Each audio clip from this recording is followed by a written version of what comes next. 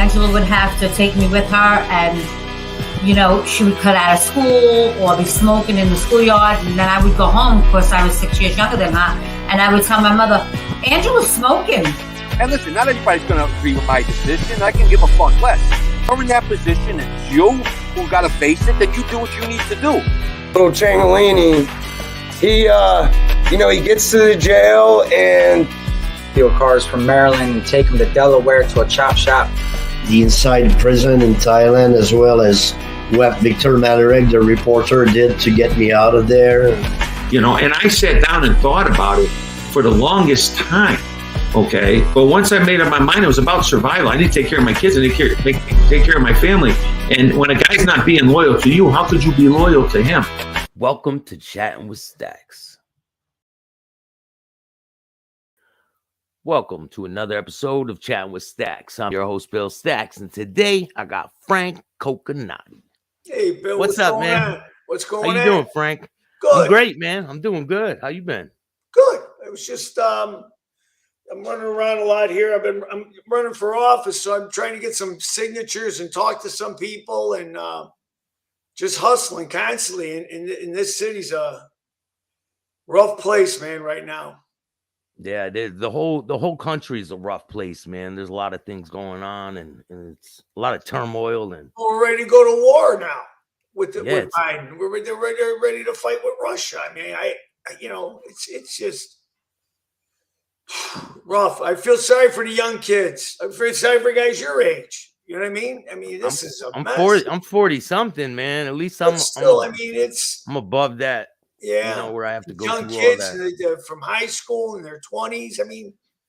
God, I can't imagine what's going to happen to them. What's some of the stuff that you dealt with when you were growing up around that area? In my day, we had all kind of opportunities. I grew up in a suburb, Villa Park. It's a suburb outside Chicago. My dad took us out of a rough neighborhood on Grand and Western, Italian neighborhood. Brought us out there till I went to high school out there.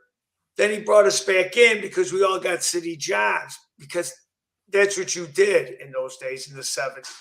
You didn't go to college.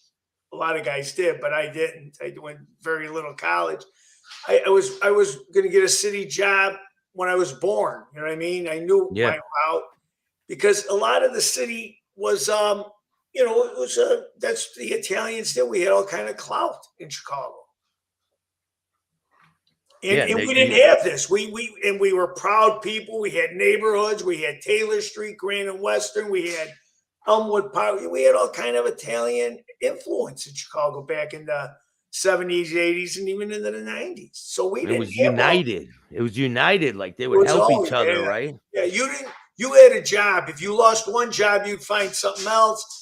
The Teamsters, you had labor unions, you have politicians. You never were lost. That you survived. People helped one another. Now it's splintered. It's a mess, especially in Chicago. We have a lot of racial divide here with the African Americans, and then you got the Hispanic influence, and then you have a mayor here, and it's just I just can't believe what's going on here. You know what I mean? People are out. If you want to get a job today, you have to go get a job at a grocery store or something, or the public sector jobs are they're locked up with just a small group of people. And I've noticed that a lot of the hospital jobs, they're like really hurting for people too. Right. Like a lot of people don't even want to work out there anymore because they don't get paid. They don't make any money. There are no more unions. The unions are useless now. They're useless. They take care of a handful of people. They don't take care of like the Walmart jobs, the Target job. Those are the jobs for the young kids. Even kids coming out of school. There's no big opportunity. I'm talking, mostly Chicago and Cook County. Cook County's the surrounding suburbs of Chicago. I don't know. In New York, you have the boroughs, or you have. I'm in Connecticut, so. Well, you're in Connecticut. I'm sorry. Where I'm at, it's Hartford County, and Yeah, no, I know what you're saying. You're There's from Harper County, that's Litchfield old. County. It's one of our first Yeah, around the country. settlements. Yeah, there's a lot of haunted places around here. I'm having some Yeah. ghost hunters on tomorrow, man. I got to visit there. I've been to New York, but I've never been to Connecticut. I've been to Boston.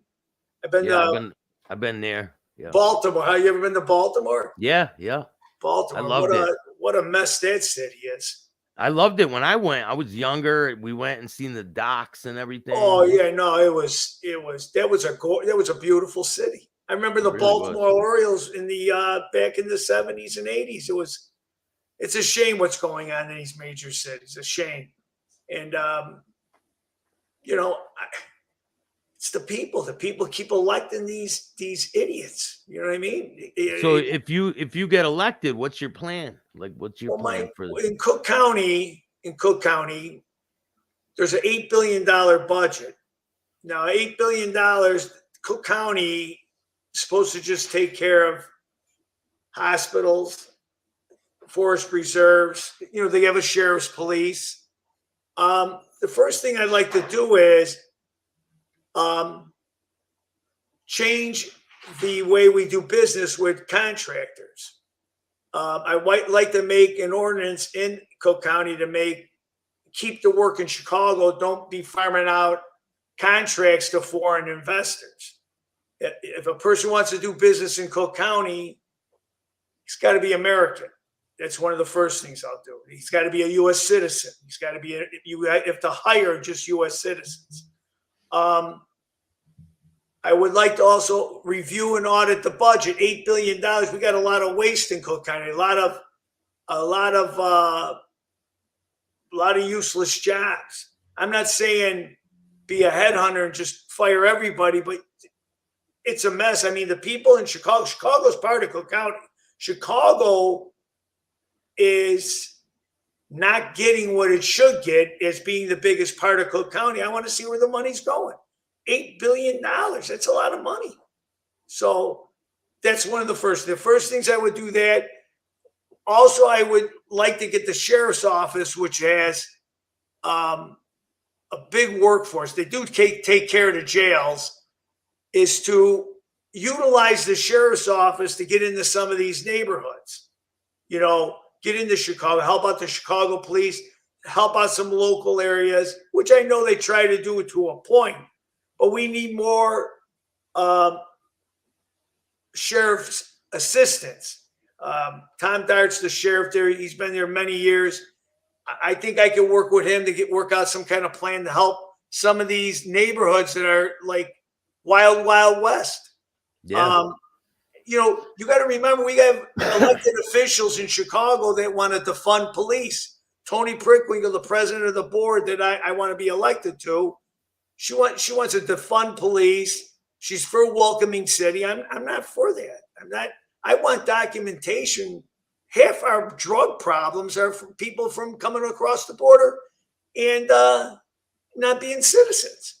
The shootings, we had an 8-year-old girl killed recently in Chicago in a beautiful neighborhood in a Hispanic area, shot in the head, 8 years old, because she was in the middle of a gang fight. But half them guys involved were, what they do, they run back to Mexico. So, I mean, it's a mess here. It's a real mess. It's a real mess in the county. I want 4 years to really rattle it up. You get 4 years. I want to go in there. I want to look where this money's being spent.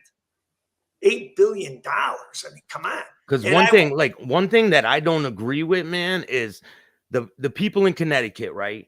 What's up, Stone Sailor? How you doing, man?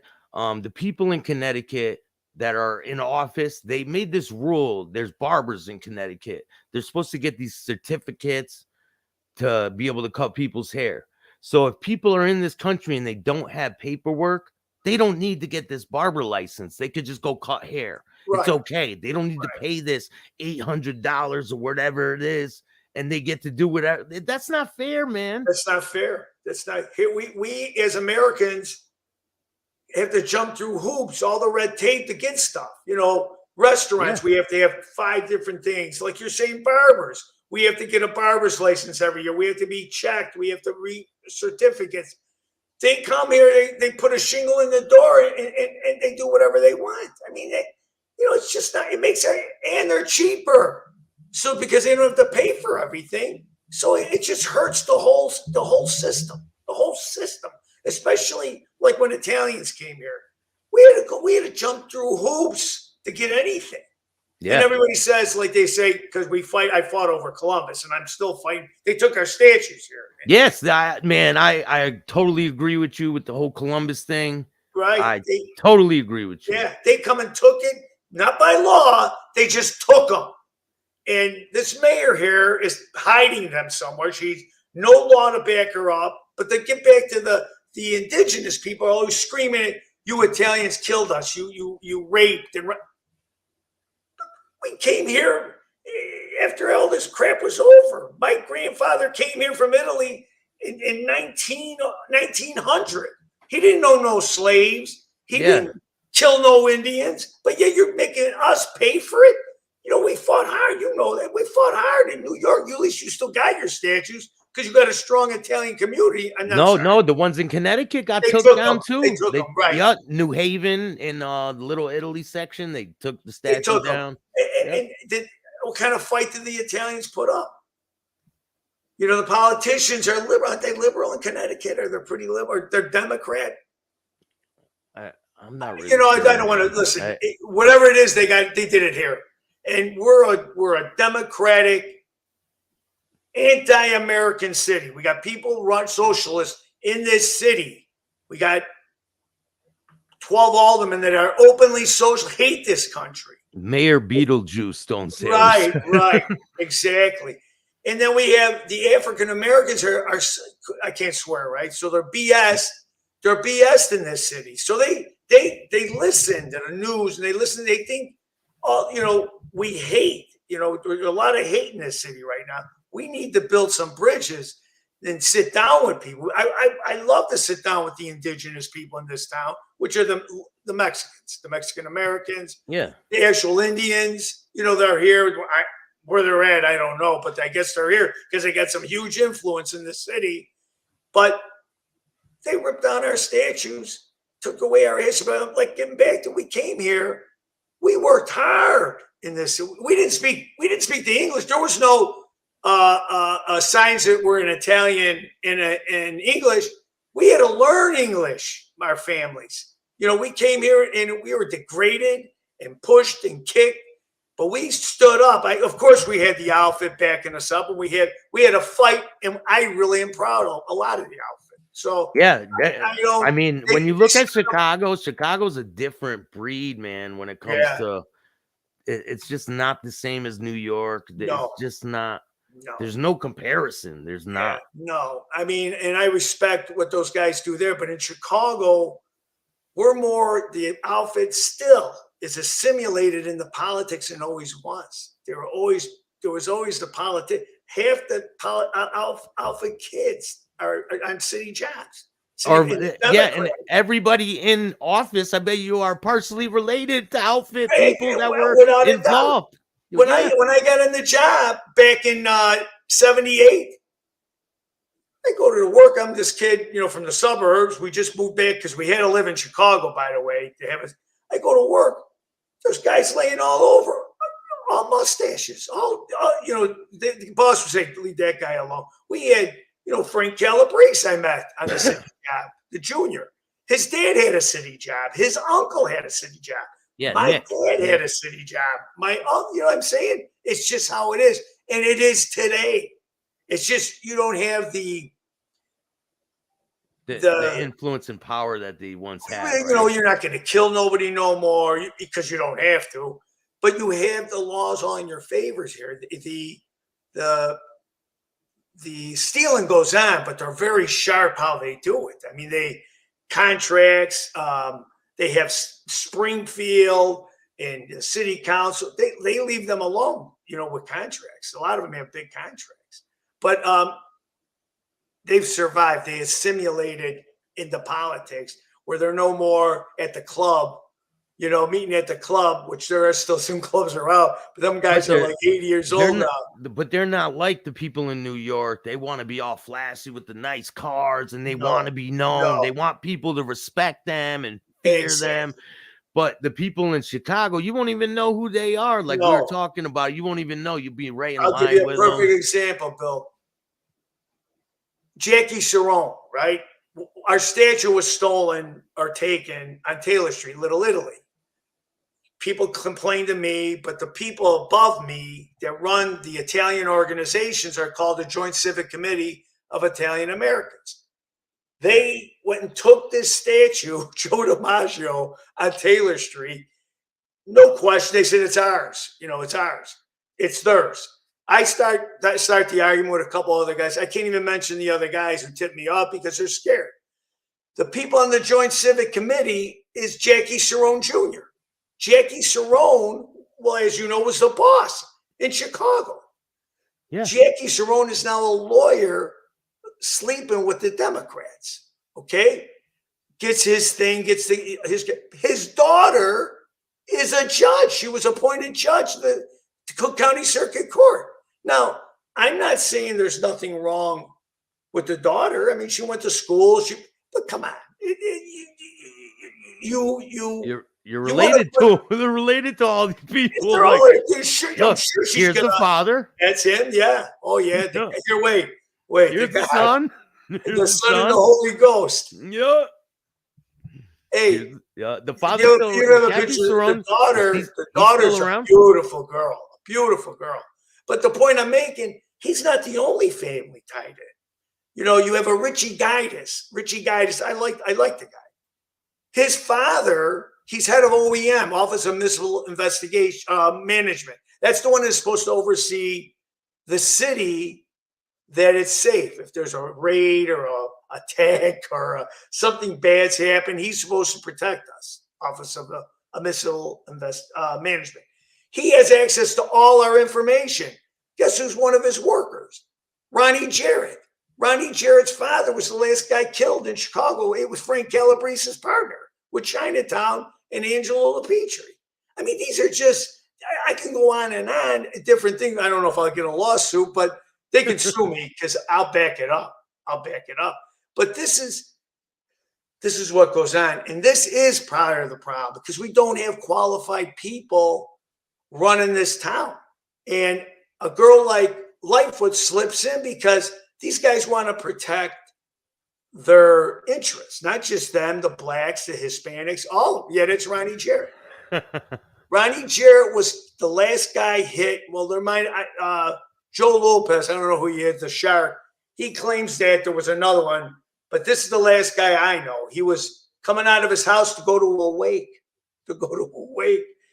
and they shot the crap out of him. Now, I honestly thought, I called Calabrese Jr. when this happened.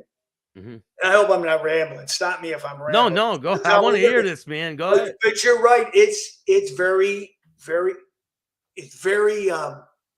very sharp how they do things here. But anyway, when Jarrett was hit, it must have been something important because they didn't want the FBI to draw. Family Secrets actually was just getting started. Why would they shoot him in broad daylight then? Yeah. Why wouldn't they pull up, grab him, throw him in the car, take off? You bring him somewhere, and then there's no. Right. They shoot him in the street so that other people see that. The only thing I can think of is, number one, they weren't regular guys. They weren't regular outfit guys. I think they went and got a gangs. Now that's the theory. They had a rental truck, but you're right. They did it pretty half-assed, but they've never caught anybody. So evidently they did something right, these guys, and they shot him right in the day. And right when he was coming out of his house, right into his neighborhood, you know, where they're supposed to be the strongest. So somebody okayed it. Yeah, I was reading about a story where this guy was walking and the hit team pulled up and they screamed his name out so he could see who's killing him. Right. And he turned around and he had time to react, put his arm up. He got hit in the arm and they didn't kill him. Wow. If they wouldn't have called his name. You know? Well, Frank Jr., right? You've had him on. I saw you had him on. Yeah. Me and him were pretty close with the city, and we hung together. I knew his dad. Me and his dad used to hang a little bit. We were very close. When this Jarrett got killed, I was scared. I says, excuse me, they're going to go after this, assigned to Junior, because Junior was out. Junior was out in the street working the halfway house, some restaurant. I called him. I says, are they going to whack you next? They're going to get you next? He says, I really don't know. I really don't know, because he also was talking with the FBI, and they went and talked to him right away. You know, they jumped all over this. Yeah, So, because any information they could get out of him, they were right. Of course. Yeah. I mean, of course. And then the old man was naturally closed mouth. He didn't say, he wasn't going to talk. But this also scared Uncle Nick, who was in another jail, a federal prison. That had to scare him. He probably figures, man, if they're killing Jared, he's figuring when he gets out, or they're going to get him in prison, right? Exactly. Now, Nick was a sharp guy too. I mean, very low key, but you know what happened? It just all settled down right after that. You know, the heat, the newspapers, everything jumped on it. After a couple of days, it just went away. The wake, what have you. But and these guys went back to business. You know, the political end. So Nick flipping is one of the biggest things to his Chicago, right? Yeah, and just from what I know of Nick, they cornered him. Nick had, and I haven't talked to Nick since. I mean, I don't think he's, I'm sure he's protected. I'm sure he's in the witness protection program. He's living it out. Right. Nick loved his brother, Frank, loved his nephews, loved his family. Nick was a maiden member. He was a loyal member. The only way Nick talked, this is now my theory, because I know him, and you may agree, he was put into a corner. They had tape showing that Marcelo and Senior were talking about killing him. They were worried about him talking. And then you had the FBI. Oh, they had a tape about Nick they were talking about killing Nick? Killing Nick. Man. Yeah, but wait. And then the FBI came to Nick and said, like O.J. Simpson, we have your DNA on the glove that killed Ficarata. When he dropped the glove, when he was running away. Exactly. I remember the story. You know that. That's good. But that was huge in Chicago when that went down. But yeah, when nobody knew who killed him. When that went down, everybody was going, what the, what's going on? All they knew was some guy chased them because they wrestled with the gun. Yeah, and the dude got shot and everything, and he went to a vet to get patched up. Right. Yeah, but here's the best part, Bill. That's like some Rambo shit, man. Right, exactly. Hey, when he ran, the guy, Nick had to chase him, because if he got away, Nick was dead. Because if Nick didn't kill Ficarata, those Angelo and them guys, they would have killed him. Yeah. So either you got to get the job done, or he got the job done. Right? He always got the job done, Nick. Nick was a killer. How many people did he kill? They claimed 13 or something that he testified to. He testified. And you were around for most of this stuff when it was happening, right? I'd look at him. I didn't think he was the killer. I thought it was the old man. And the old man was a killer in his own right, too. Yeah, he was. The Calabrese necktie, man. The necktie. And you could see Frank's dad was a bomb. You don't know when he was going to go off. He never really, a couple of times yelled at me, but never, I didn't see it like I tell people. I didn't walk in Junior's shoes or Nick's, but Nick was a guy who was funny. He'd hang around, he was thin. He was always sharp looking, nothing flashy, quiet, but he'd joke with you. Hey, Coconate, come on. At weddings, you never thought, I thought he was just a driver. And then when this all came out, I'm like, man, you'd never guessed that he was a killer like that. I mean, he was shotgun. They chased Ed Dauber. Some guy come out of court. And if I'm rambling, stop me. No, go ahead, man. I want to hear all this, man. Well, listen, one of the most famous hits by the Calabreses, and it's all documented, is when this Billy Dauber and his wife were going to court, and they were afraid. They were going to court, and they were scared. It was, I think it was on a western suburb somewhere, and they were scared that they were going to talk, right? As they left the courtroom, him and his wife, a car, a team got on them, right? A car in front, a car in back, just like the movies. What were they going to court? Do you know what they were going to court for? It was they had him on a case. I don't know if it was a killing. It might have been. Were they involved with the outfit? Dauber was one of the. He was a soldier. He was something with the outfit. I'd have to look it up again, but he was either a juice guy. He was no slouch in his own right. But they were worried he knew enough that they were worried about him.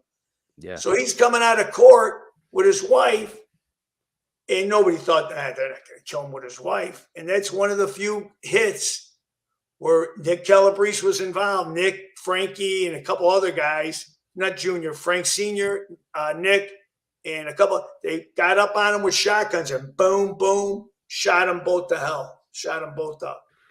I actually saw some of the pictures. They were pretty bad. There was a woman too, right? They usually don't go out. They rarely do that, but I think in this case, they had no choice because the big shots, Accardo and evidently this guy had enough to hurt them. So, and if they tell you to do something, you're going to do it, right? Exactly, and that's all my life when I was a young kid. I was always enamored with this and part like around it. You know what I'm saying? Yeah. But when you see stuff like what they did, I'm changing gears a little. When you see what you have to do, and because I was recruited by Frank Jr., and I said, I'll run around, I'll drive you here, I can't kill nobody. This was when I was a young kid. I was in my 20s. But and they asked you that. They asked you if you would? Yes, they asked. And they first feel the guy out to see, I had a little reputation in the street as a fighter and crazy, and he had balls and all this. But I knew, even my father taught me, don't kill, because when either they're going to kill you, or you're sooner or later you're going to go to jail. You know what I mean? They're going to catch you. In those days, you saw guys getting caught. But make a long story short, when I started seeing in Chicago now, when Accardo would order, and if you screw up, he was killing you. I mean, they killed this Ken Ito, or not kill him. They went after this Ken Ito bookie in Chicago, and the bullets bounced off us. They didn't kill him. Petruccio and Campisi were two. Campisi was up there. He was high up in the hierarchy with the outfit, with the Cicero crew, and but close to those guys, close to Cerrone and Ayupa and Accardo and Lombardo. But they got the order to kill this Ito because they thought he was going to roll an Asian guy, an Asian bookie that worked for them, and they screwed up. The bullets bounced off his head. I'm just giving you the story because it stuck with me. They go to hit him, and he lived. They shot him 4 times in the head, and evidently their bullets were old or something, and he lived. And what they do to those two guys? You found them in a trunk, dead. Yeah, because they didn't do the job. They didn't finish the job. Right. So it's a rough game, and so when you're hanging out with them, they're going off and committing murders, and then you're joining them again. You're going to the bar with them. Frankie Jr., you're around him, and you could see he's wound up. You understand? But Frankie never, Junior, I'm talking about, talk. You could see he was pale. Frankie had a drug habit too, which he admits to. And we were all doing partying at that time, by the way. But you could see he was like, he couldn't talk to nobody. He couldn't talk to me. But he knew all this was going on. He drove, I believe. I don't think he's ever admitted it, but he was around some of these hits and some of these beatings. And he couldn't say none. And of course, I'd go to dinner. We'd go to dinner. I don't know if it was every couple of weeks. The old man would pick a spot. It could be anywhere. He'd tell you at the last minute where we're going to go eat. They could have just got done killing somebody. I don't know, but Yeah. I never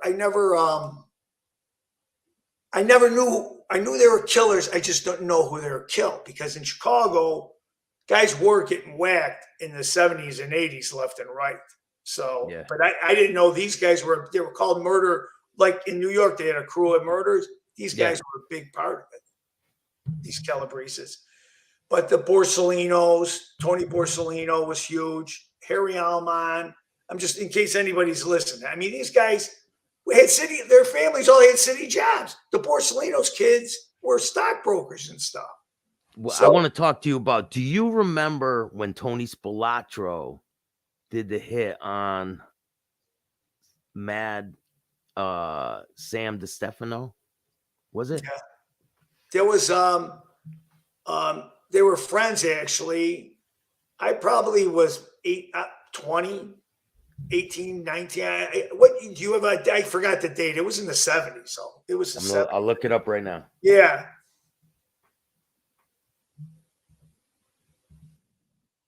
It might even been the 80s.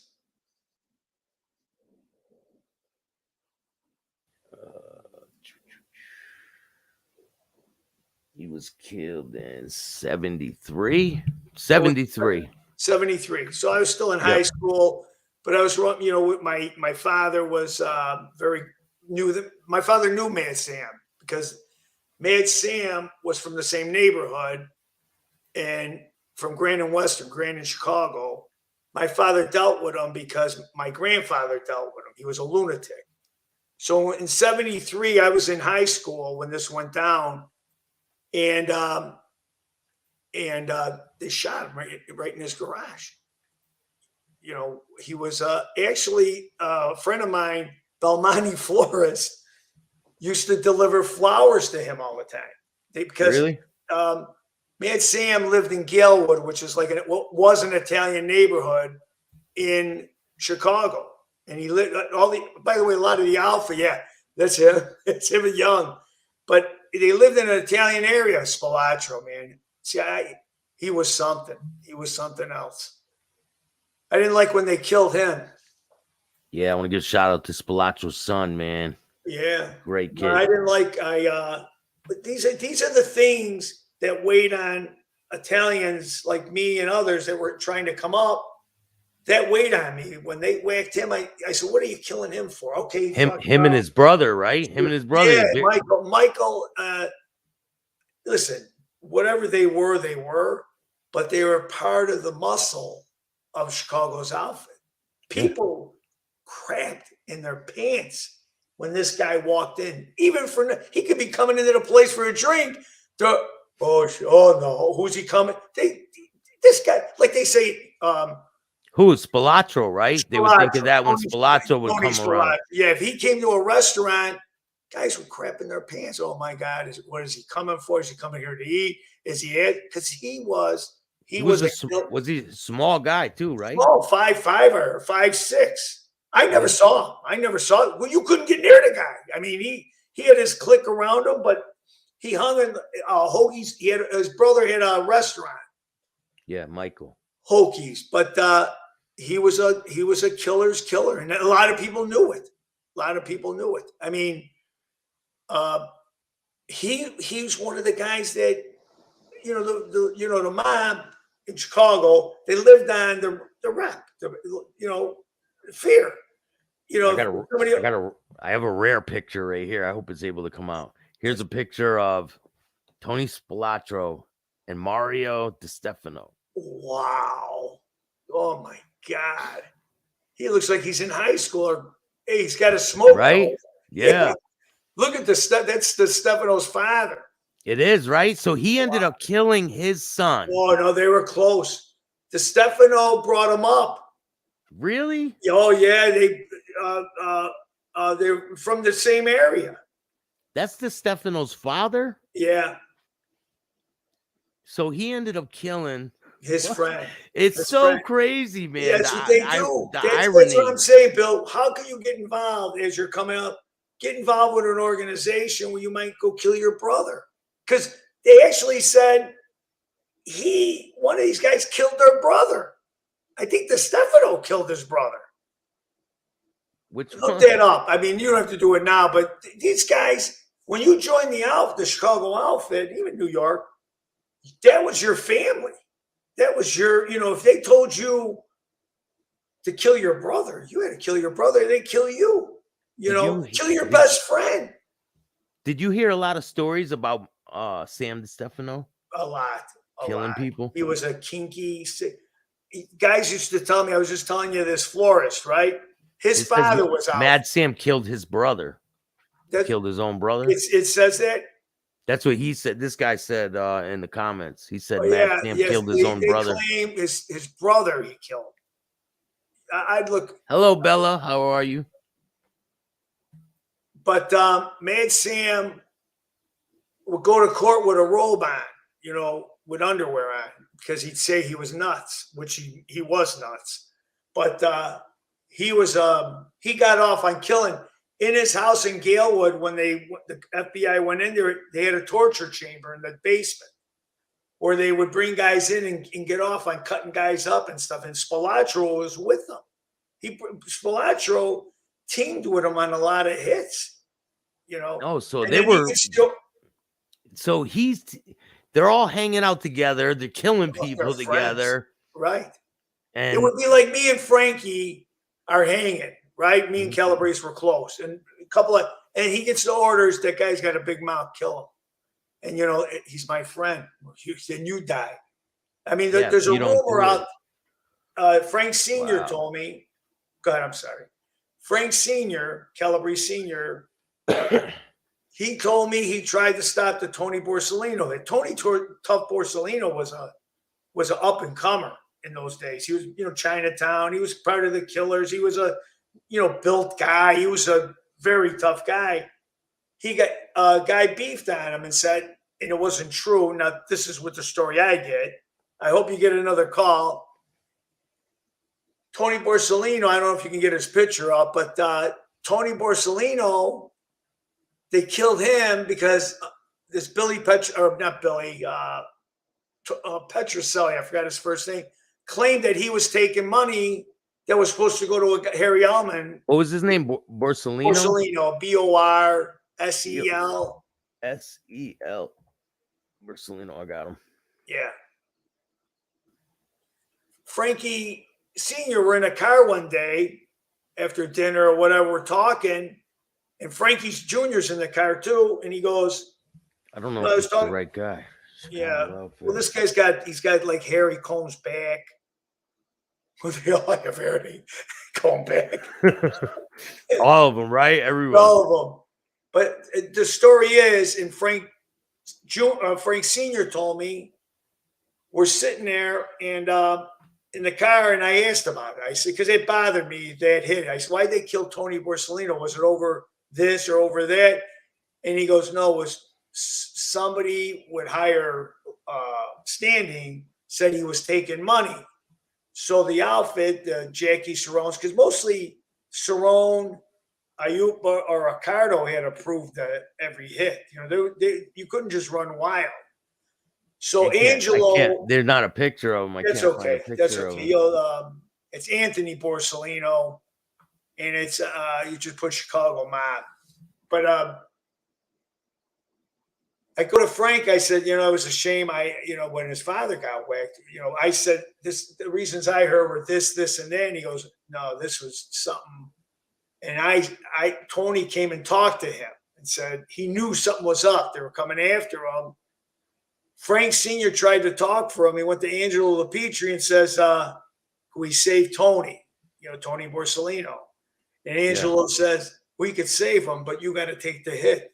But you got to die. You got to die. Right. Basically, if you save him, you got to take his place. Exactly.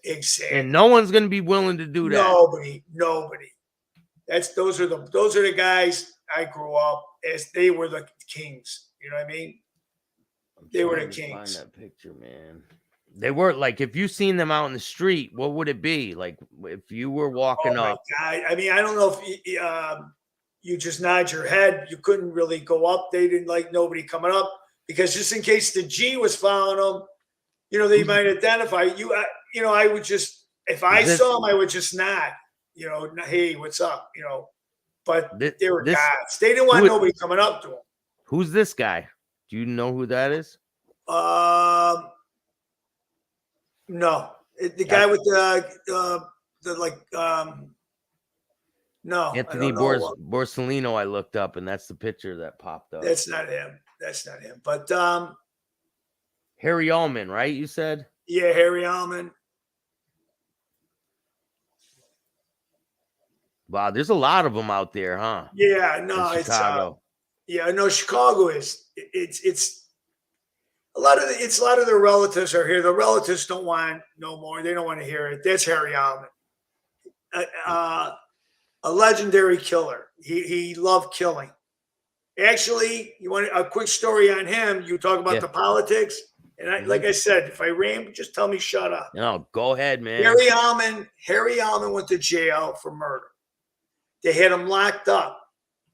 The outfit and the politicians got to a judge. I want to say Passarella, but I don't. I think it was Passarella, Judge Passarella. Judge Passarella called a mistrial. They appealed his case and he let him out. Right? The FBI went berserk. Everybody went after him, after the judge. You know, to knock him out of office. They found out he was bought, and Harry Allman had to go back. And that's a true story. You probably could look that up. But that's how connected this town is too. Yeah. You know, back in the day, New York's or Connecticut's the same way. The outfit, if they're still there. Oh, Connecticut. They're here. The Genovese family. They control all the garbage, everything. Right. They control everything out here. Hey, did you watch that movie with the Thrashers? The Trashers. Yeah, I did. Yeah. Yeah, that was good. But that was what was that? Gigante, right? Gigante. Yeah. Gigante. Yeah. I reached out to them to try to get them on the show, man. Jimmy Gigante, man, hit me back. Yeah, get on the show. Get on. Yeah. People loved that documentary on the Trashers with his son. I'm right in Connecticut, man. I could come right over there and interview you. I got the equipment, everything. We could. How about his son? You can get his son on. Yeah, we're talking about the same thing. The Trashers. It was a hockey team they bought, and whatever. I mean, that was interesting stuff. But Chicago is just wired. Anywhere you go, they're not going to kill you in Chicago no more, unless you really cause a. They're just the gang members out there. The gang members will out there. That's the killers today. Those are the killers. The Hispanic gangs, the drug cartels, the black gangs. They're killing here like every day, and they're killing kids. It's bad. It's terrible. But I'm going to clean it up. I'm going to start in Cook County. We have to start identifying these people, sending the people back that aren't here legally. We have to start watching some of these coppers. Maybe they're on the take. We just caught a chief of police in Chicago. Her niece was driving around a drug dealer on the South Side.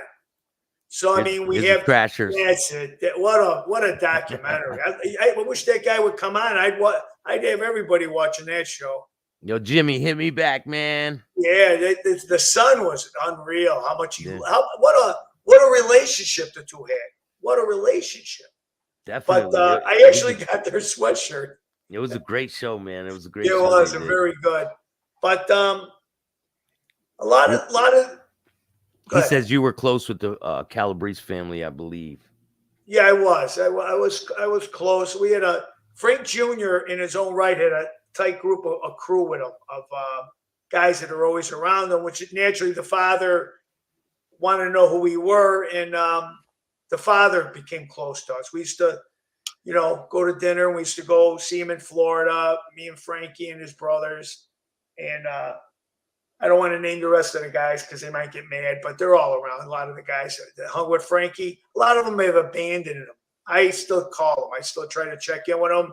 Yeah. He's in Vegas or he's in Arizona. He comes to Chicago to see his mother. He takes care of his mother. He Yeah, but he changed his life, man. A lot of people, I've noticed there's a lot of people on here on this internet stuff, YouTube.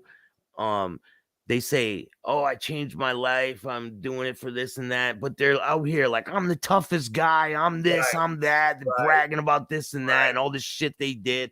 No right. one cares about that. You're not a tough No, guy. You're not in no. the streets no more. We laugh at them. We laugh Yeah, at it's like corny. They're goofy shit. It's Right. goofy shit. You're right. There's a lot here in Chicago that want to believe there's these ghosts outfit running the map. You know, Sally De Laurentiis is one of the few guys. Joey Andriacchi are still they're in their age. They want to be left alone. They don't want to. They don't want to go to jail. They want to enjoy their money and their kids and their families. Jay Costa says, Frank, did you know about the swastikas on Grand Avenue? No, Switex. That was a killer. Yes, I know who he was. I thought he said swastikas. He was, yeah. He was, you can't even say that now because Switek? What the hell is that? Switek's his name. Switek was a Lombardo killer. He was feared just as much as Spilatro. If Switek came into a restaurant, you'd run out. You'd want him to get, because you don't know, if you smiled at him, he'd punch you in the head. Switek. He was a German. I think they called him the German. There are some people who are nasty, man. When you meet them, you could feel their presence. Like you could feel that. Willie Messina in Chicago. Hey, how's it going? He look at you like, you're scared they're gonna crack you in the face. When I was a young guy, that's why I said like Accardo and Cerrone. If you saw him walk, you would just, hey, Johnny DeFranzo, right? Which I knew well. My family grew up with their family. If you saw him in a restaurant, you were hesitant to say, because first of all, you didn't want him to say, "Oh, your kid disrespected me." So, and then again, he didn't want you to. But you don't want to. You don't want to not acknowledge him. Yeah, right. Exactly. So I would just, we make fun of that. Me and Frankie, we always just say, "That's like we love you, we respect you, but we're not," because a lot of these guys, these outfit guys, they were sharp. They figured if you went up, if the G's watching, and maybe you get a G guy that really don't know for sure that's him, and you go, "Hey, Johnny," that's what they were afraid. They figured the G, oh, that is DeFranco, that is him, or that is even though they knew it. But these guys, that's how they were. Oh, and all code all the time with these guys. It was never, open talk. It was code. Frankie might have said it to you. They said it on the phone. Nothing was ever, plain sometimes. You know what I mean? They use different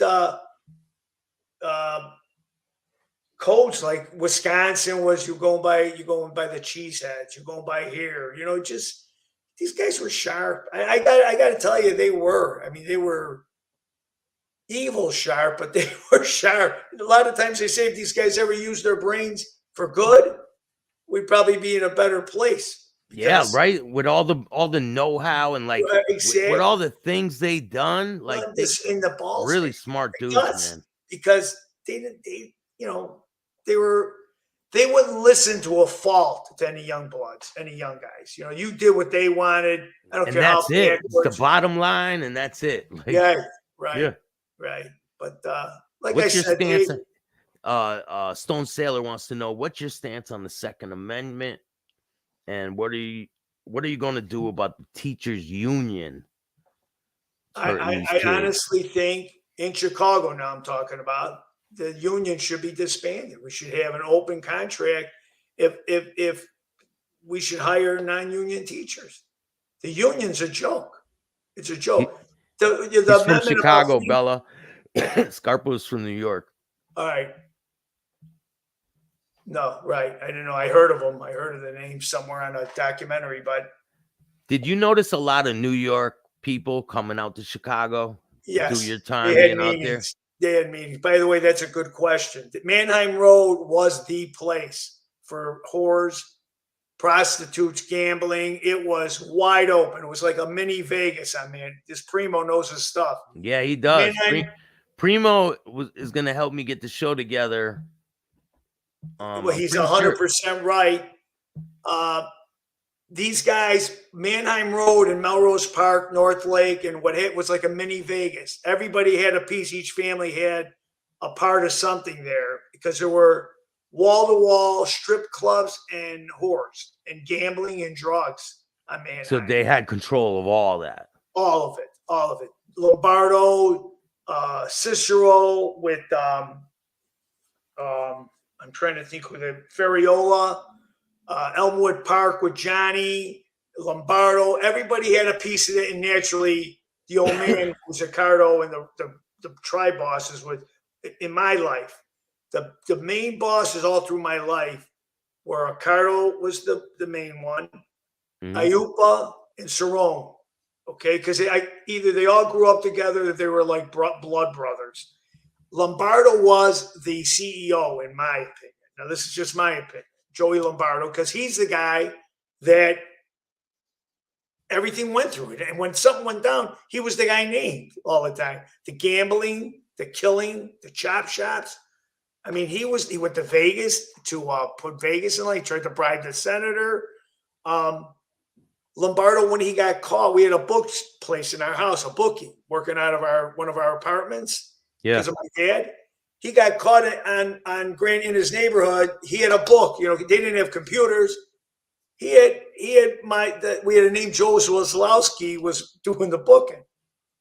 It was a fake name. It was these guys from Angelo LaPietri's crew. But he had the number. He was the collector. You know what I mean? He'd have to check on them for the big bosses.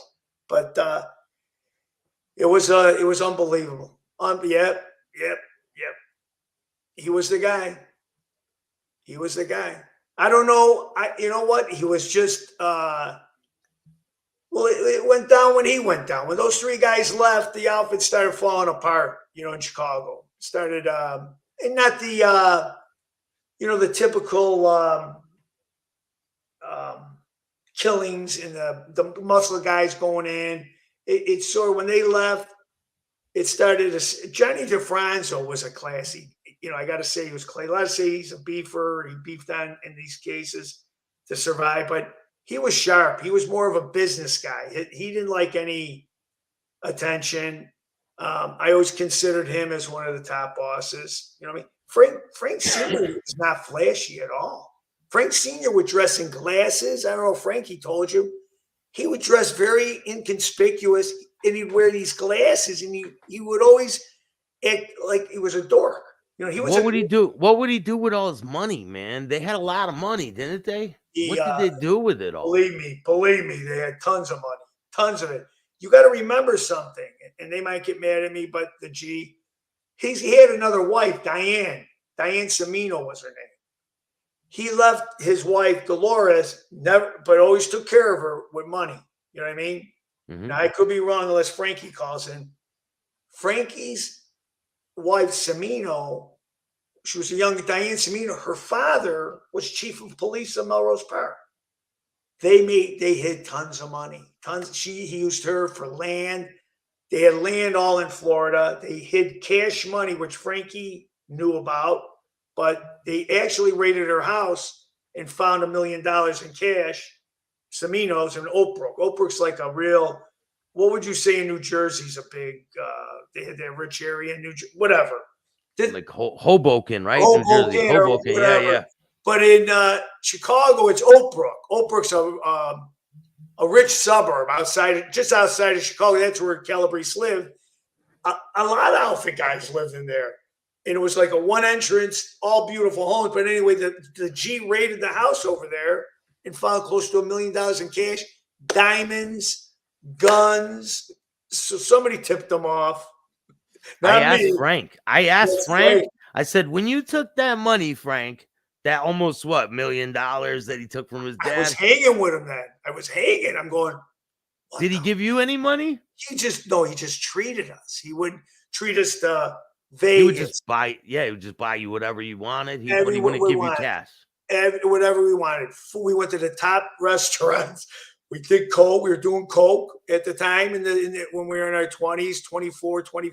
We went to Vegas all the time. It was not all the time. Right?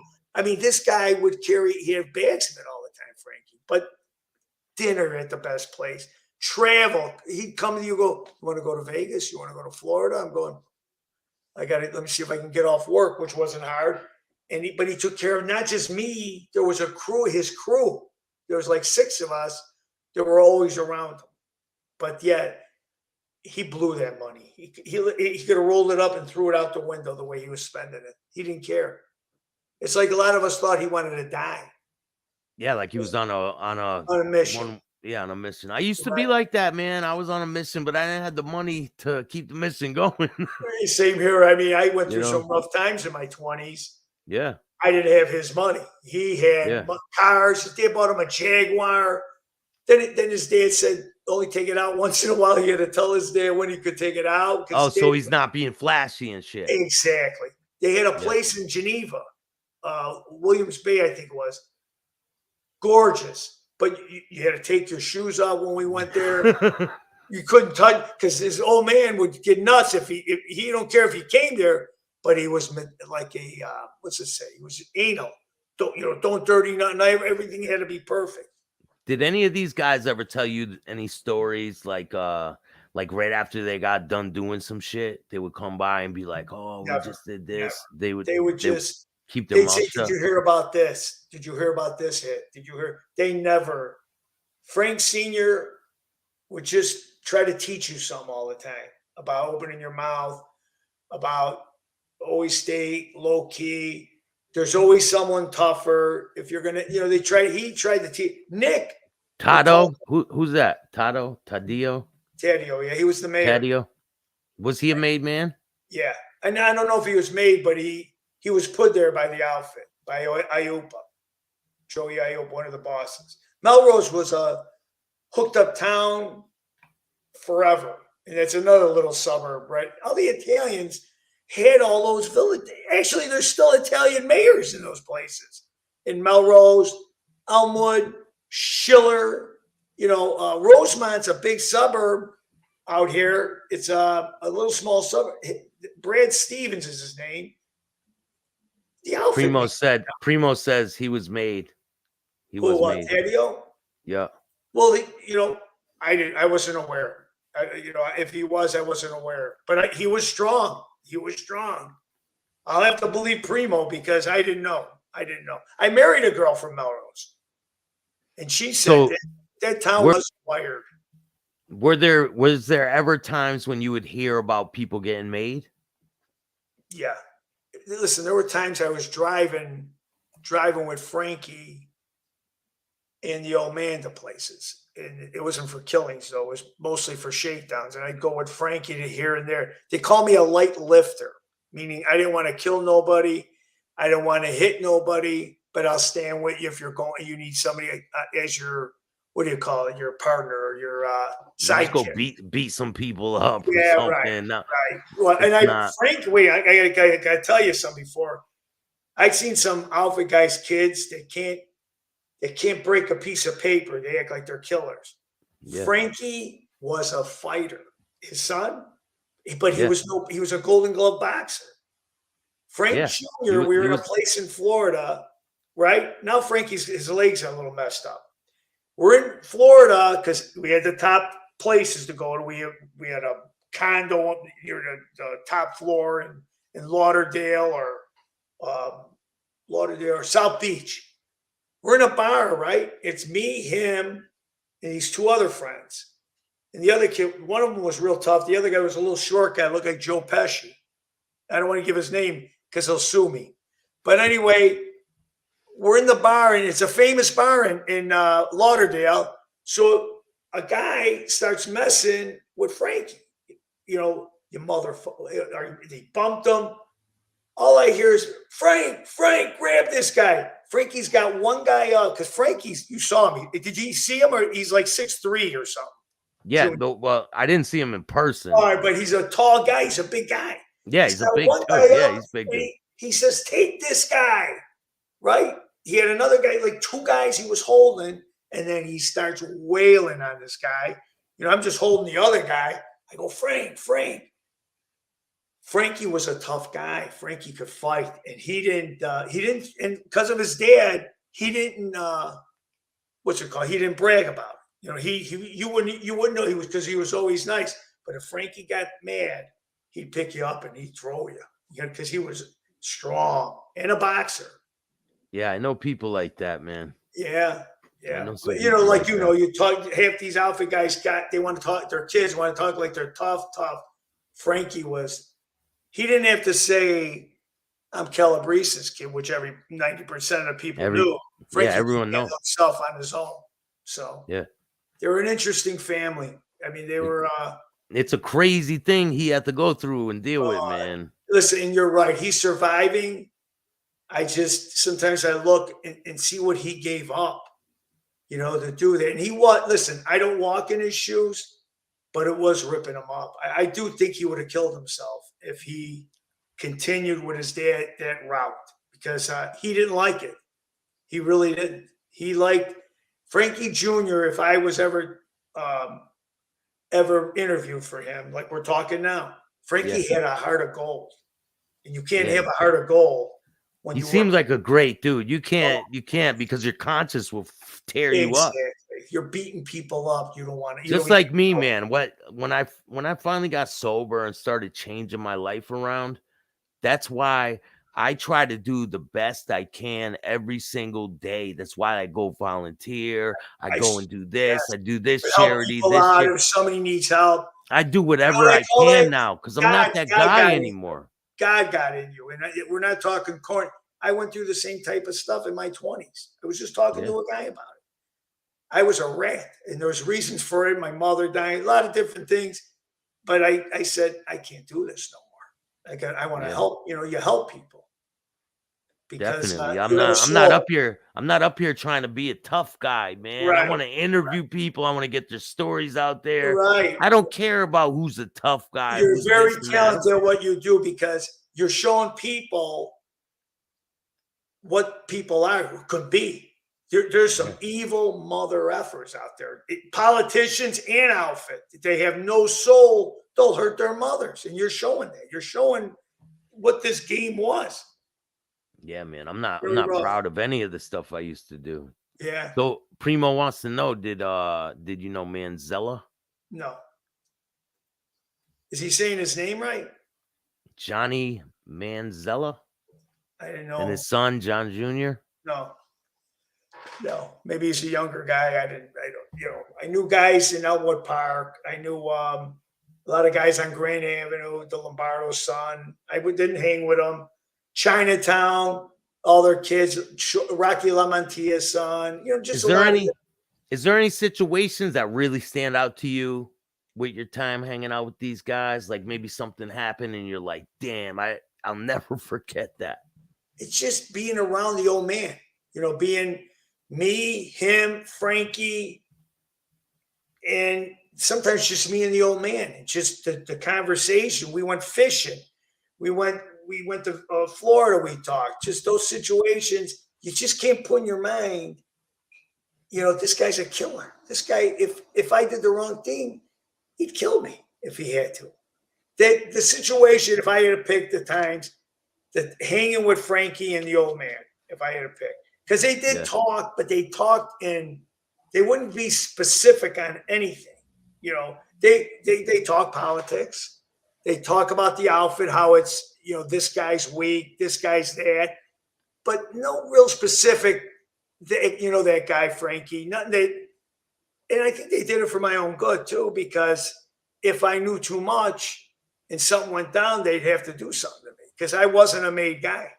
I wasn't a made, you know, the money, you know, I had an idea where the money's at, but I didn't know specifically because if something went down, they blame me. If something went down. If something went missing or anything, you don't want that. If I had to pick the conversation we had with Tony Borsellino, I think that's when he was the most honest about the game we're in. This is the game. He wanted to save Tony Borsellino, and it wasn't a movie. It was him saying it. It was him saying, "If you want to take it, you take his hit." I forgot the term. He said you get killed for him. That's what they said, right? Take your life. Angelo Petrie, he went to bad for Tony, and that's just what Frank Jr. told me. You want to save him, then you take the hit, or you get killed. you get No killed one's instead gonna of do him. that, man. Who Yeah. would do that? Who's gonna Right. do And it sticks with you.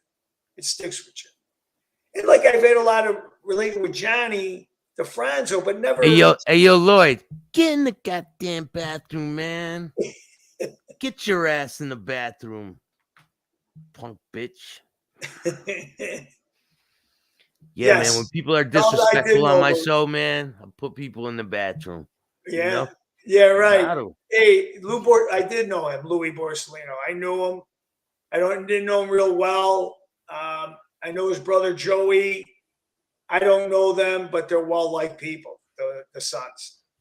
They're not part of the outfit. The father kept them out of it. I'm assuming they got some money. But like you get back to Calabrese, you brought up tons of money. Tons. Millions. Yeah. And I don't know if the G got it, but someone's enjoying it. I wish it was me. So when all that family secrets trial went, they ended up confiscating all that stuff, right? Nah, not really. They only got where Frankie had an idea, but the father was sharp. He moved a lot of the money. Do you think there's still some out there? Do you think I'm sure there is. I'm sure Diane, his second wife's got it. I'm sure of it because Frankie didn't put all of it in one basket. He had places in Florida. He had other garages. He had probably buried some. But she knows. I like to talk to her, but you can't get near her. You know, the G will, or not the G, she'll call the police. His wife, she's still around. She's still alive. You know, his second wife. He's got kids with his second wife. You know what? There's a guy Magnifici in Chicago, Mike Magnifici. His dad was a killer. Lee Maggs, they called him. You go to him, he's down and out. You know, he's drinking. He will never talk. I said, why don't you come on the show? Come on, make some money, write a book. Never. The guys are still, you know, there's a lot of guys that they're loyal to the outfit. They won't talk no matter what. They won't even come on to talk about anything like normal stuff. Gone. And most of the guys that they probably work for or dealt with are gone, but they will not talk. Well, if you find any guys that want to talk, this is a spot for them to come. I will for sure tell them. I will for sure. Definitely. Frank, I'll be back in Chicago in May. I will buy him a few Gene. I know where it's at. Gene and Jude's. Yeah, tell him. Gene and Jude's hot dogs. It's a date. Tell him. My doctor will be mad, but I'll gladly go sit with him. Work where? With the city? Who's that now? Many Gene and Jude's worked here. Hey, they're probably Gene and Jude's is famous. It's like, you know, if you're in Connecticut, if you had a famous hot dog, Gene and Jude's is probably. Did you find Nick C credible? Right? Yeah. His stories and yes. Nick didn't want to do this, in my opinion, but his stories were credible. So you think that all the stuff that he was saying? So I want to ask you a question about Spilatro. What do you think that his rank was when he got killed? I think it was the bosses, you know, Accardo, Ayupa, Cerrone, he was right in that middle with Lombardo. It was Lombardo and Spilatro. Because there's certain people who say he was just a soldier. Some people, they're saying all kinds of random stuff. He got killed because they were worried he'd be the next boss. Because he had a crew. He had a crew of killers. He was as crazy as he was. They were worried. Lombardo liked him. Lombardo, I wasn't in that circle. Mm-hmm. I wouldn't have killed him. I mean, I'm not but why would you kill a guy that was your muscle? I mean, I'm talking in Chicago. Yeah. He was one of the most feared guys. If like I said, if he'd walk into a place, they'd throw him the money. He was indicted though, right? He was indicted. Yeah. He was going to trial. Well, a bunch of them went to jail because of him. You know, they in Vegas, they were skimming the money and they got caught and they blamed him because he drew a lot of heat to Vegas. So when they went to jail, they wanted him dead. They wanted to send a message to the rest of the crew. This guy screwed up and we're gonna kill him because he was up there. I'm telling you, he was, in my opinion, probably, like I said, every neighborhood was scared of him. If he walked anywhere, you know, Chinatown, you know, by the Angelo, by Grand Avenue. I mean, he had a tough crew of guys. Because you know the movie Casino, they make him look like he's just doing these burglaries with the hole in the wall, and like that he wasn't that high level. He was. I'm telling you, he was. Even I knew he was the guy in Vegas. He was the guy. You know, when Giancana died, when all these guys passed away, he would have been one of the bosses along with Lombardo. That's what we were told. And I said, I believe it. I'm not, you know, you're around this stuff and you hear and you see, you know, you go to a place, you know, guys would shoot off their mouths. I'm Tony Spilatro's cousin, which they were. But if I had to get something to your audience, I would have never killed. I would have never, if I had to say so at the table, Tony Borsellino and Tony Spilatro. They were tough guys. They could fight. More Tony Borsellino, but they can kill. You know what I mean? And that's what you had to do. And they would have never turned either. They would have never ratted no matter what, right? Never. If they were told to kill this, they are going to do it. You know what I mean?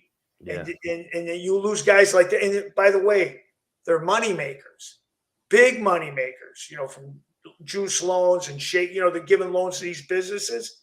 Now you get rid of them. The next guy comes around, you know, they got to pay the money back. And most of the people don't even have to pay the money because the guy's gone. Exactly.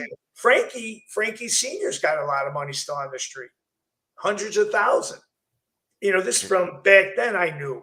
Yeah, but that money's gone. No one's going to pay that. What do you guy's gone. And that's the guy they feared. So, but that's my, and I'm nobody, but let people come on your show and talk from Chicago. They could say what they want about Spilatro. I didn't know him personally, but you know what? I think it was a stupid move. It was a stupid move to kill him. Well, I'm working on something about Spilatro, and you guys will be seeing it soon. And it's really good, man. It's some intricate. Yeah. I don't want to say I was enamored by the guy because he was a short little guy, and he was tough as nails. And he's from a neighborhood on the northwest side here. There was like an Italian enclave over there, you know, on the northwest side which is weird. Most of the guys come from Grand and Western, you know, from Little Italy. But this guy grew up in an Italian, like I want to say a third generation Italian from this neighborhood. And he was tough. They called it the Reese Park area too. But I didn't understand it. So I've been to Chicago once, long time ago. If you ever come, I'll show you around if you come around, I'll show you some of the old tough neighborhoods because a lot of them are gone. Grand Avenue is there because of gentrification. Taylor Street gentrification, but the Italians most of them are gone. They're out in the suburbs, way out in the sun. They move way out, 30 miles away. You know, you still have your, Rosebud's a big restaurant, Alex Dean and them. You still have some, guys that stuck it out. Fontano's on Taylor. We'll go have a sub. They're a long family that's been there, but the Italians moved. They moved out of here.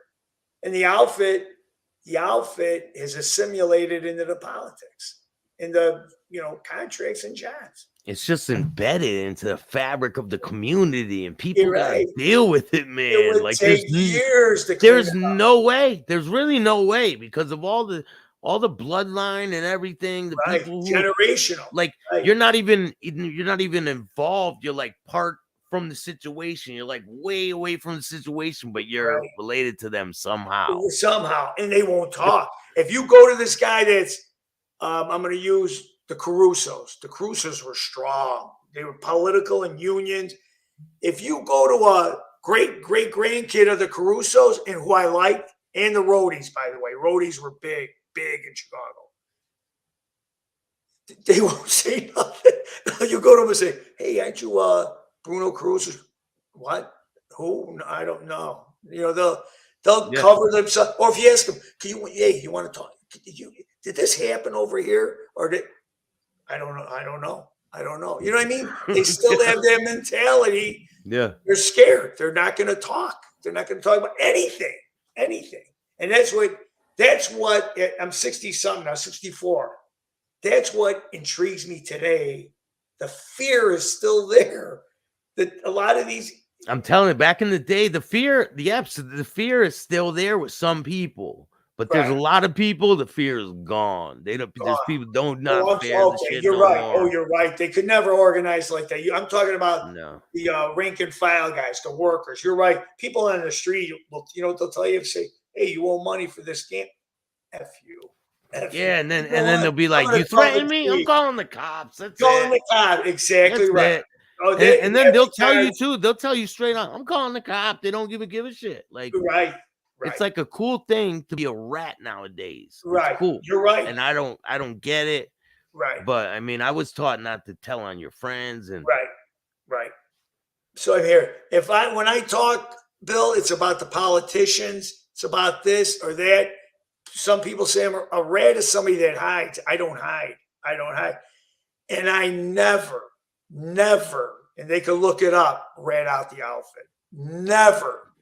I never. And I knew stuff about Johnny, Frankie. I never went to the G on anything. Daily and hit the I didn't even go to the G because that's just how I was brought up. They can say what they want. I know who I am. Yeah.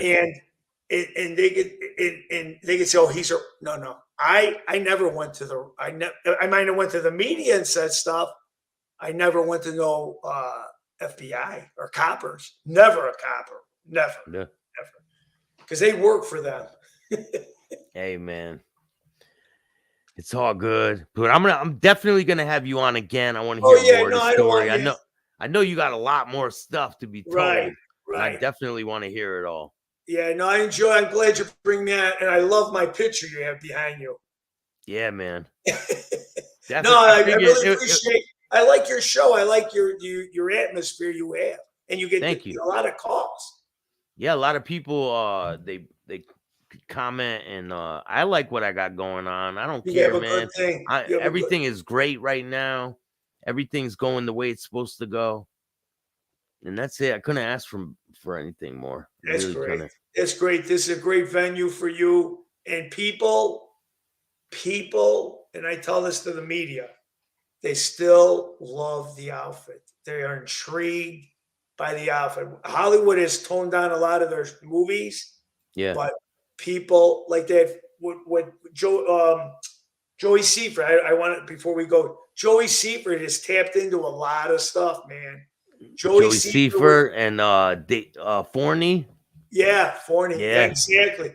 This Forney, that documentary, I know it was in it, and I'm going to promote. It was done well. Amazing, man. Yes. It was amazing. And I got to give Seifert and Jim Forney a lot of credit. And his director, he's got a couple of young guys that are with them that are, you'd think they wouldn't know, but they're very sharp and they're very into their stuff. But Seifert is on a couple other things. He's got people calling him all the time because, his old man was killed by He was, and he was a baby. But he was holding him, wasn't he? Yeah. His dad was holding him when Lombardo. His mother, Lombardo, didn't want to kill him. He wasn't going to shoot. This is my opinion. I think Joey's too. He put him in the washroom so these other animals wouldn't shoot him. Supposedly Schweiss, Spilatro was there. He had heavy hitters with him, Yeah. And I believe they put him there. That, in Joe's opinion too, Joey would be dead today if Lombardo wasn't there or didn't put him in the washroom. Lombardo was there for that to happen. And they claim he wasn't or he's this and that, but Joe went through a lot. I mean, and the thing with Joe is how he didn't let it rest. What do you think? Do you think? BS. Yeah, because people are saying he wasn't there. Right. What do you think? Do you think he was there? Or Yes, I do. I think out of the crew, why would you? If Joey wasn't there, Lombardo, I think he had a respect for the wife and the for Seifert's mom. You know, Joey Seifert's. I think there was some kind of, even though he was a cold-hearted killer, I think he was the only one that could stop them, because I don't think the killers thought that they'd be there, or I don't know what the situation was, but I believe someone stopped them because she was a witness. Do you understand? And you know, in the old days, that time, you'd have to kill her. So yeah, I'm surprised. And I don't think they knew that she was going to be there. That was almost like the Billy Daubert thing when I was talking to you about. You know, they had to do it because they were going to have no other chance to whack him before he went into they claimed he was going to the G. You know, and Seifert's father was talking with him. He was playing a game with the G. Yeah, he was, right? Yeah, and then he was telling Lombardo and them, I'm you know, almost playing them. And that takes balls to do all that shit, man. Can you imagine the stress and anxiety to be in that situation with having these dudes come in, and you got to watch out for the cops and these guys were protected. That was the scary part. You couldn't go to anybody and say, Joey Lombardo's after me. They'll look at you the cops know them. They'll say, you're on your own. Because in those days, they were strong. And Seifert's father had nowhere to go to. He had these guys are muscling him or using him to make tons of money.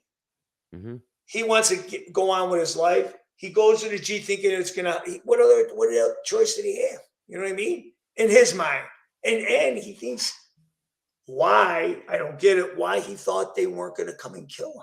You know, sometimes when you're working with the police, they won't kill you because they know that the police have your back. Right. So they won't kill a government informant because they know that the heat is going to come down if you kill this dude.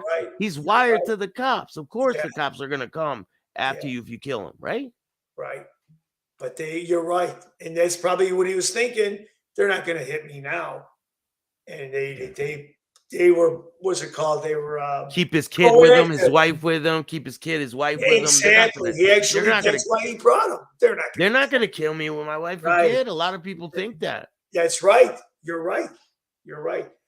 That's why my dad taught me, don't do business with them. Don't do business. Don't be indebted, even as a kid. You know what I mean? Once you cross that line and you kill somebody and take their life, then they own you. They own you forever. And actually, that's their mark. They don't even deal with you unless you kill. So it's their reassurance that you're going to do what they want you to do. That's what people are intrigued about.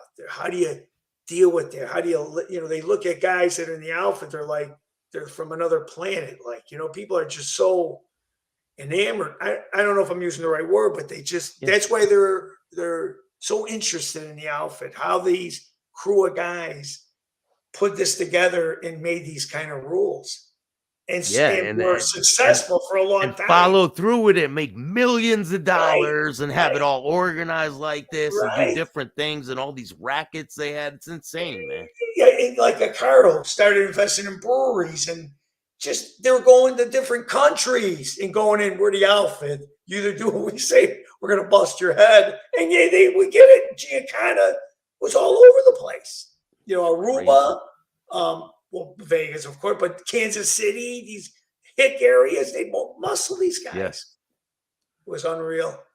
And they had connections in different states too because of the commission and exactly. They were organized, very organized. So what do you think about Al Capone not being a made man? You don't think he was made man, Al Capone? He was no killer.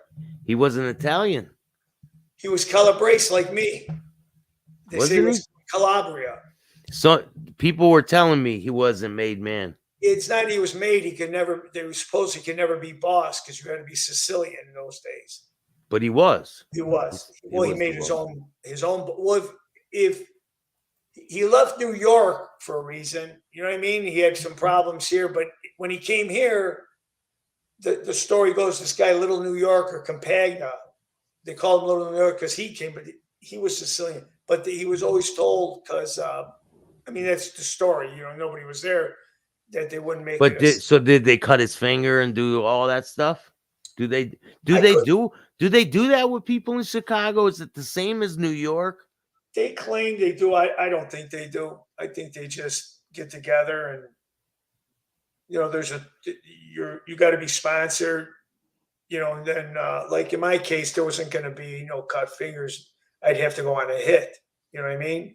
Yeah. Once you're on that, you're indebted to them forever. And then they wouldn't have said, you know, to do this cutting fingers.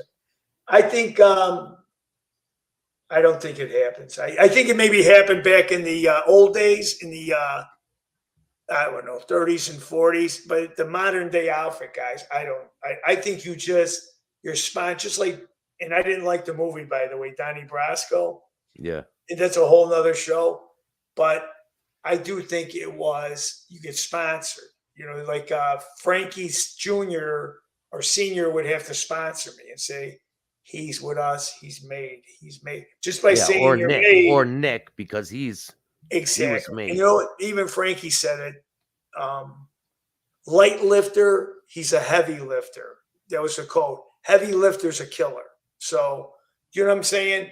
They would sponsor him. By him sponsoring me, he's responsible for me, and then I'm in their organization because he sponsors. Because if he sponsors me as a mate, you know, I'm a made guy. They all know it. You know what I'm saying? Yeah. So the finger stuff. Let me tell you something about Capone. Like my opinion, Capone wasn't a tough guy. You know what I've seen him move. Because come on, he was the 30s, the 20s. Yeah, and then Joey, the batters, and he has dudes beating right, but here's and all a that guy shit. that built something, man, that died with a Cardo. What? 80 years later, 70. A Capone started this, but I think the thing that Capone taught the generations, people, you could talk to people till you're blue in the face, and some old timers told me this. You slap a guy in the face, he craps in his pants, and he'll do whatever you want. And I think that's what Capone taught his crews, his people, Ricardo. People are scared of pain. And if you get them to fear you of that you're going to crack them or kill them, they'll do anything. So that's what my opinion of Capone did. Capone built, you know, until he got in trouble naturally. But the guys under him, Accardo and Paul Rica, they took in a lot. They saw his mistakes. Yeah. And they brought this thing as far as. Yeah, over the years, they probably watched all this stuff happen, these people getting pinched and different situations, and they just evolved over time. And another thing, Rica and Accardo taught them, and even Frankie, father will say it, money. You could buy, people will, you go to them with $1,000, $2,000, almost doing, you know, you pay dollar always wins. The money always wins, man. Money wins. You go, people will do anything. So, well, thank you for joining me, man. I really appreciate you. This was a great show. I definitely want to have you on again. And I enjoy it. I enjoy what you do. I've watched your stuff. You got an atmosphere of where you open people up. So I enjoy it. Right? Thank you. I really appreciate it. I appreciate you coming on. And do you want to give anyone a shout out before we go? Well, I'd like to shout out to Frank Calabrese. I hope he's doing well.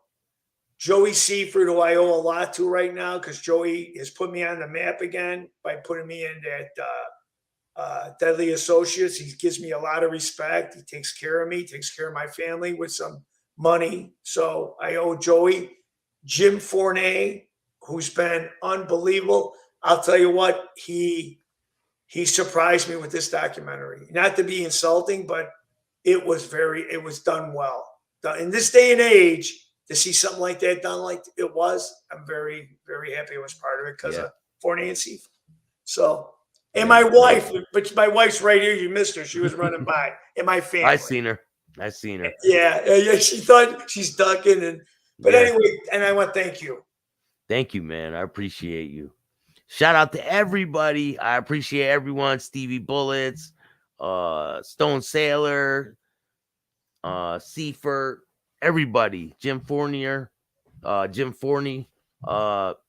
everybody. I appreciate all Forney. of you. I say he's French. Forney. No, it's Forney. It's Forney. He's Italian. But I'm definitely gonna have you back on, man. It was definitely a great show, and I know you got a lot more stories for me. Ton. You just gave me winding me up a little, but yeah, I do. Yeah, definitely. I'm gonna schedule another one. But you guys have a great night, and make sure you hit the like, subscribe, and notification bell so you can get my videos every time they drop. Till next time. Thank you, man.